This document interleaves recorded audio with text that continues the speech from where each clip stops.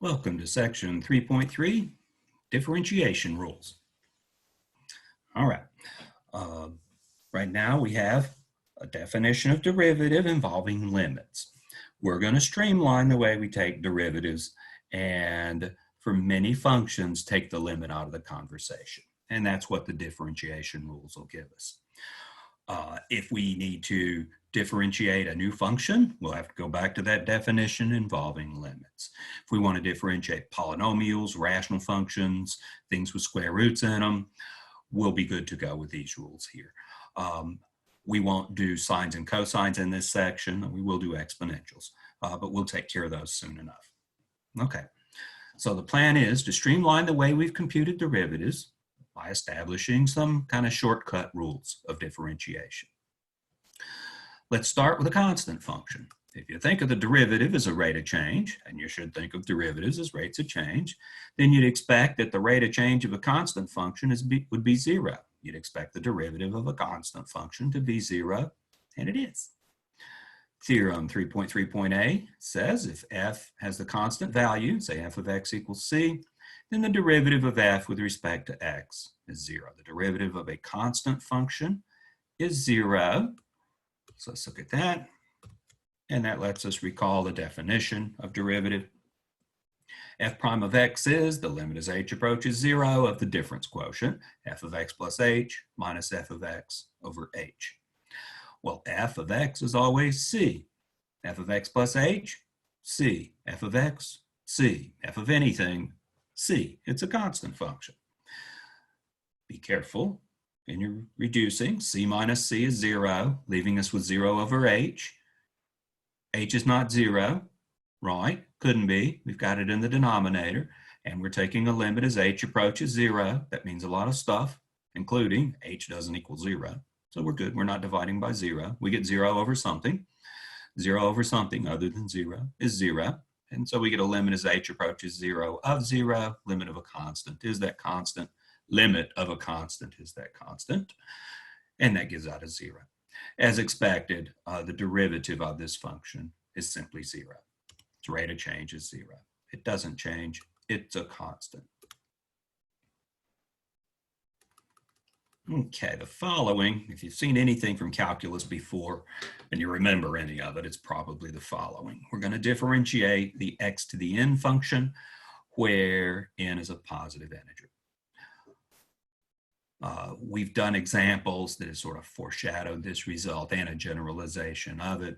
We'll do some examples, build up a little bit of knowledge before we look at examples in terms of how to differentiate constants and powers of x and some other rules before we do some examples. Otherwise, we're just differentiating the most elementary things.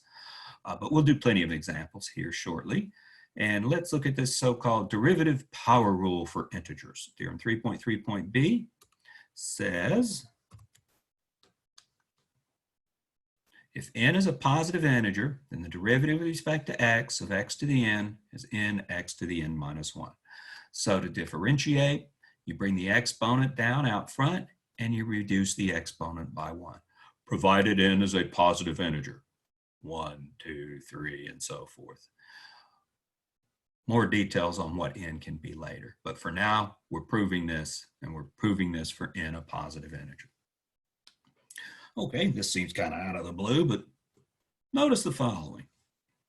If we take z minus x, and we multiply it by this thing here, and what this thing here is, z to the n minus 1, z to the n minus 2 times x, z to the n minus 3 times x squared. What's happening is the exponent on z is getting less each time, and the exponent on x is getting more each time. 1 less on z, 1 more on x. If I add these exponents together, we always get n minus 1 is the pattern. 1 and n minus 2 adds to n minus 1. 0 and n minus 1 adds to n minus 1, if you like. So that's the little pattern on what we've got. Now let's just perform that multiplication and see what happens. First, take the z, distribute it across this thing here. That means we'll just get one more z in each product. So the exponent on z goes up by 1. Exponent on z goes up by 1, up by 1, up by 1 from 2 to 3, up by 1 from 1 to 2, up by 1 from 0 to 1. Now, negative x. Take the x and distribute it. Let's get the negative sign out front. Distribute an x. Okay, this time the exponent on x will go up by 1. So we'll get a z to the n minus 1 times x. Z to the n minus 1 times x. We'll pick up an x squared here instead of an x. An x cubed will appear on that power of z. And so forth, and we'll end up with an x to the n. Why do we do this? So tight. Let's simplify. Hey, look at this. We got a z to the n minus 1x here and a minus z to the n minus 1x here. We can cancel those. There's a z to the n minus 2 times x squared. There's a negative with a negative out front, z to the n minus 2x squared. Those cancel. Cancel, cancel, cancel, z squared, x to the n minus 2 positive and negative. Negative signs out front. Those cancel. These cancel. Everything cancel except the first term here, the z to the n, minus last term here, x to the n. So we're left with z to the n minus x to the n. Hey kids, why would you be interested in z to the n minus x to the n? As we're trying to differentiate the raising to the nth power function, f of x equals x to the n. So there's an x to the n. Gee, we brought this z into the picture. We mentioned the alternative formula for the definition of derivative. The notes contain exercise 3.2.24, which says for function f prime of x can be computed not only as a limit as h approaches 0, but also like this. Limit as z approaches x of f of z minus f of x over z minus x. So we're going to use that version of derivative and compute that, in this case, for the f function equals f of x is x to the n. F of x is x to the n, f of z is z to the n, so we get a z to the n minus x to the n over z minus x. Every one of these we've done so far have been factor, cancel, substitute. Can you factor z to the n minus x to the n? That's what this was about. Yeah, z to the n minus x to the n is z minus x times all this other stuff. Well, anyhow, yeah, we can factor z to the n minus x to the n into z minus x times something or other. That's how the factoring is done. That's why we made that observation, and that's why this was drug into the picture. There's another way to prove this power rule for positive integers using something called the binomial theorem. It's more complicated. It's probably contained somewhere in the appendix. It's a standard argument, but this is a little bit quicker and takes advantage of this alternative formula for the definition of derivative. Just between me and you, I suspect they stuck this alternative formula for the derivative into this calculus book for this very application. It's correct. We can use it whenever, but it saves us from dealing with something called the binomial theorem. But you may see proofs of this in other classes that are done slightly differently. They're not done more easily, though, as long as you don't mind this weird arithmetic that we did up there. Okay, so let's rewrite what we had on the previous slide, which was exactly this. Z to the n minus x to the n. We can factor that is z minus x times this stuff here. I had to drag it across two lines to get it to fit on a slide. And we were dividing by z minus x. So let's represent that as a 1 over z minus x out front. So here's the divided by z minus x. Here's the z minus x times a bunch of stuff. Okay, so we got it factored by that observation from the previous slide. Can you cancel? Can you cancel the z minus x's? Certainly. As long as z minus x isn't 0, that is, as long as z is an x, well, z ain't x. It's a limit as z approaches x. What does that mean z is? Well, it's a bunch of stuff, but it means in particular z doesn't equal x. Doesn't matter what happens when z equals x, in other words. So yeah, we can do the cancellation. So next step is a cancellation. So here was the factoring, here's the canceling. Can you substitute z equals x in now? Yeah, it's a polynomial in z. So we can substitute in. It's theorem 2.2 that justifies the substitution. Factor, cancel, substitute, provided you can justify the substitution. We can this time. It's a polynomial in z. So substitute z equals x in, and look what happens. We get x to the n minus 1 x to the n minus 1 when I multiply out, x to the n minus 1 when I multiply out. All of these things are x to the n minus 1. How many of them are there? There's n of them. You want to count them. How about I count the powers of x? Okay, we got a 0. The first one has an x to the 0. Second one has an x to the 1. Third one has an x squared. N minus 1 one has an n minus 2. Nth one has an n minus 1. So if you look at these powers on x, we got a 1 and a 2. I skipped the first one. A 1, a 2, up through an n minus 1. There's n minus 1 terms here, and then one more, if you like. So anyhow, there's actually n of these expressions. Each of them is x to the n minus 1 after substituting. So f prime of x is n x to the n minus 1. Excellent. Now we can differentiate positive integer powers of x. So that gets us quite a useful rule.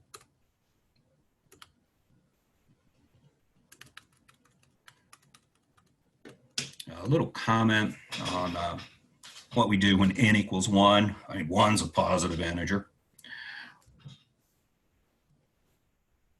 If we were to apply that rule, treat this as x to the 1, then we get, bring the 1 down, subtract 1 from the exponent, we get 1x to the 0. You know, 1x to the 0, that ain't defined at 0. There's no meaning to 0 to the 0 power. That's raising something to the 0 power is equivalent to dividing it by itself. Excellent. Then I get 1 out, except when I put 0 in, because I can't divide by 0. So 0 to the 0 is a mathematically undefined operation, just like division by 0. And it appears to pop up when we let n equals 1, but you should interpret it as the derivative with respect to x of x is 1. This is just a shortfall of the notation, if you like. Of course, the derivative of x is 1. We could take the function f of x equals x and easily verify that. And we've done generalizations of that, I think. So just a little warning on the notation. The derivative of x is 1, even though I get maybe arguably some weirdo notation in some of this when x equals 0. Even at 0, the derivative of this function is still 1. So blame it on the notation. Here's a wild claim. The power rule for positive integers actually holds for any real number.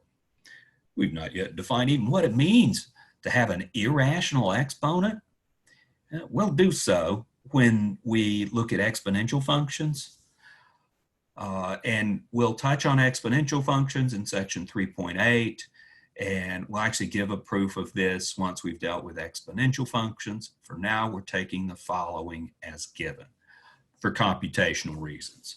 Now, what's going to happen at other times is we're going to go through and prove power rules in more general settings. One of the exercises, we'll go through it here in a while.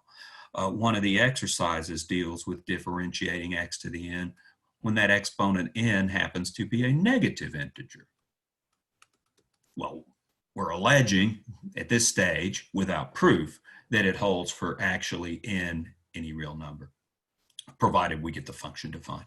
So the claim is, I'm missing an equal sign between these. The claim is a derivative of x to the n equals nx to the n minus 1 when n is any real number. Sorry for the typo, it should read equals the highlighted stuff. Provided the powers of x to the n and x to the n minus 1 are defined. Yeah, if n could be like a half, then that'd be square root, and I'd have some concerns over square roots and negatives. This disclaimer takes care of that. They're requiring that the x to the n and x to the n minus 1 both be defined. So bring the exponent down, subtract 1 from the exponent. Again, sorry for the typo. Bring the exponent down, subtract 1 from the exponent. That works when everything's defined, even when n is any real number. Positive integer, negative integer, fractions, that is rational numbers, irrational numbers, provided everything is defined. So bring the exponent down, subtract 1. We'll do some computations and we will assume this. In terms of cleanly defining it, proving it, certainly there's some details missing. Yeah, even defining what it means to have an irrational exponent, as was commented upstairs. I doubt you've dealt with that before. Possibly. It requires some information about exponential functions, which is why it's a loose end for us right now. Given that derivatives are defined in terms of limits, we'd expect some of those properties of limits to carry over to some of these properties of derivatives, and some of them do, and some of them don't. Here's a couple of results that are directly analogous to corresponding results for limits. If u is a differentiable function of x and c is a constant, then the derivative of c times that function u is c times the derivative of that function u. A little observation here in following the book's notation. They didn't write u of x, they just wrote u. That shouldn't concern you too much. If I've got multiple functions floating around, I might be a little bit more conscientious of that. But they haven't written the of x stuff, which is common. We're looking at a function. What's its name? Its name is u. So they've shifted from f's to u's and v's when we have multiple functions, as you'll see shortly. But it simply says, you want to bring constants out front and then differentiate? Yeah, that's fine. Just like with limits. I want to take a limit of a constant times a function. I could bring the constant out front. It was called the constant multiple rule for limits or something like that. So here we've got a constant multiple rule for derivatives. Let's prove that. This being the claim. All right, let u be differentiable. Define f of x, so I'll go back and do things in terms of the f function, to be c times u of x. And I'll actually write the x out. I suspect you're more comfortable with that, especially when we start evaluating it at different places. We need to show the derivative of this function is c times the derivative of the u function. That's what the claim is. Definition of derivative, okay, that's where we're going to have to start in this section, all these new claims. We'll start with the definition of derivative. The derivative of f prime of x is, the limit as h approaches 0, f of x plus h minus f of x over h. Okay, the f function is c times u of x. So when I plug x plus h into that f function, we get c times u of x plus h. C times u of x plus h.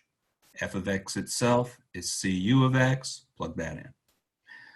Here's what we get then upon replacing the f function with its expression in terms of u's and c's. So we get this out. Hey, there's a constant multiple common in that numerator. We could factor that out because that's how algebra works. So that's not a calculus thing. Can you bring the constant outside of the limit? Ooh, limit, that's a calculus thing. Yeah, the constant multiple rule for limits. I guess it was part 3 of Theorem 2.1. You can bring constants outside of limits. And what you're left with is a limit as h approaches 0 of a difference quotient for function u. Well, then that limit is u prime of x. And we've shown the derivative of the f of x function, that is the derivative of a constant times u of x, is a constant times the derivative of u of x. Here's one way to write that derivative of u of x. Here it is as du dx. This was written up here. You like writing it as c times u prime of x. There's a version there. We're saturated with notation for derivatives, whether we use this so-called differential notation or the primes. There's certainly settings where using the differential notation is preferable. Primes, if things aren't too complicated, then primes are probably a little bit cleaner, actually. So anyhow, we get that the derivative of the constant times function u is the constant times the derivative of function u.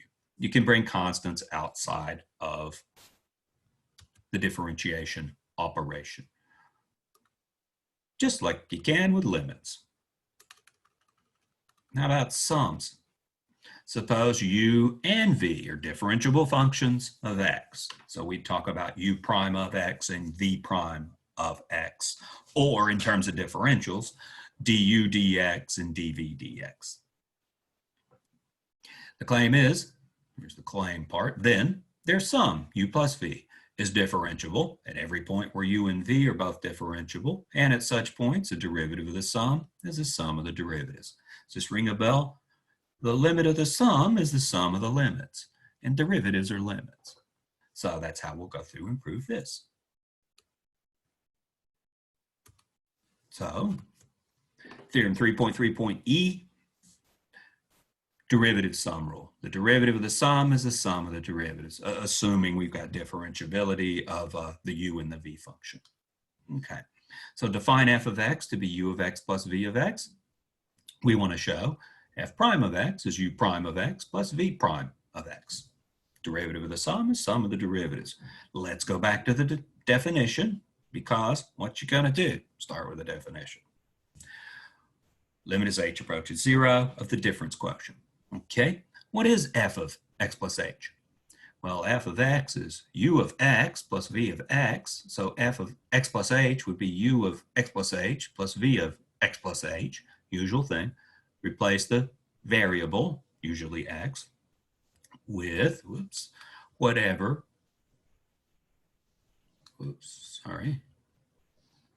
replace the variable with whatever you're substituting in this case, x plus h. So we'll get a u of x plus h plus v of x plus h. There they are, u of x plus h plus v of x plus h. Let's put parentheses around them, you know, worried about distribution.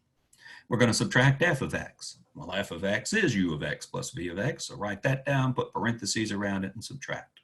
So there's the difference quotient for the function u of x plus v of x. Let's move some things around.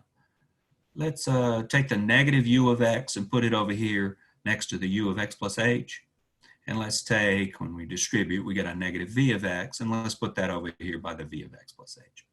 So we can kind of group together the u's and the v's. Let's go to the next slide and repeat exactly what we had. There's the previous line. Let's break this up as a sum of limits. We've got this divided by h plus this divided by h. First break this up over the summation algebraically, and then write it as a sum of limits. Told you so. Sum rule for limits. The limit of the sum is the sum of the limits if each of the constituent limits exist. So we can break it up over this plus sign, skipping a step of algebra. What is the limit as h approaches 0 of u of x plus h minus u of x over h? Well, by definition, that's a derivative of u. Over here, you got the derivative of v. Assuming those exist, that was the hypothesis. Assuming at these x values we have differentiability, that is, these limits exist and are denoted with primes. So we've got the derivative of the sum is the sum of the derivatives. Written in differential notation, written without the x's in differential notation, or written with primes and the x's. I guess we could write it with the primes without the x's as well. And we'll probably do that here in not too long. Back to the notes. Let's combine those previous two results. Combining the fact that I can bring constants out front and the fact that a derivative of a sum is a sum of the derivatives. If we had constants, c sub 1 and c sub 2, let's subscript them because there's two of them. And we had u and v were differentiable. And we wanted to differentiate c1 times u of x plus c2 times v of x. Then we'd get, first thing we get is the derivative of the sum is the sum of the derivatives. We get the derivative of the first, c1 u of x, plus the derivative of the second, c2 v of x. And then we could bring those constants out front. Break it up over the plus sign, Theorem 3.3.E, derivative sum rule. Bring the constants out front. In each of those, Theorem 3.3.D, the derivative constant multiple rule. Constant multiples come out front. And what we'd end up with is c1 times u prime of x plus c2 times v prime, oops, a little typo there, v prime of x, if you like, amongst all the other notation we could use. I bring this up because this, when I take a constant multiple of one thing plus a constant multiple of another thing, it's called a linear combination of those things. You may have the class linear algebra in your future. The prerequisite for it is, I think it's Calculus 1 or possibly some other related things, maybe technical calculus 1.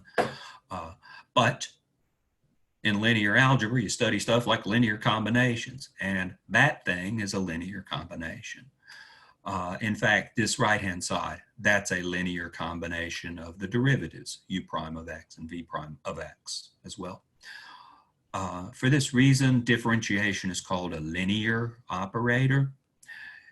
You like linear stuff, or you will, or you're supposed to, because you know a lot of stuff about linear things. You study it in linear algebra. There's a whole branch of math in the linear algebra, linear stuff.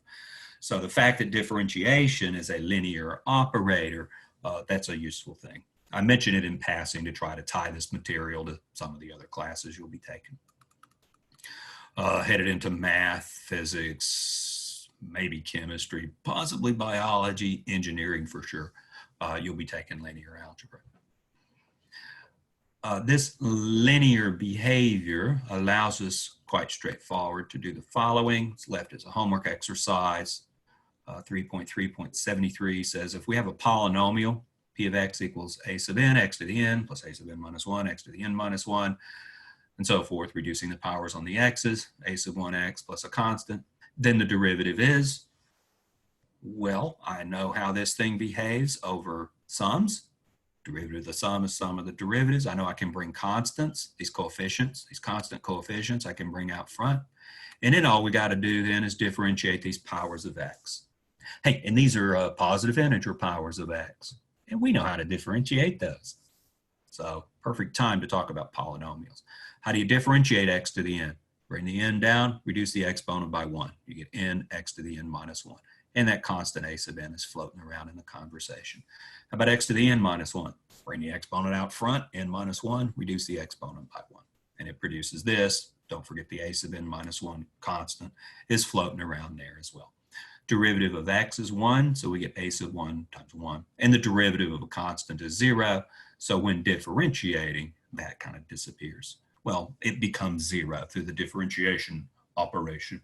As we saw in the first thing we proved in this section, derivative of a constant is 0. So let's see, you good at taking derivatives? You're getting there. You can differentiate polynomials. It's straightforward with this knowledge that we have at this stage. So let's go do about 4 examples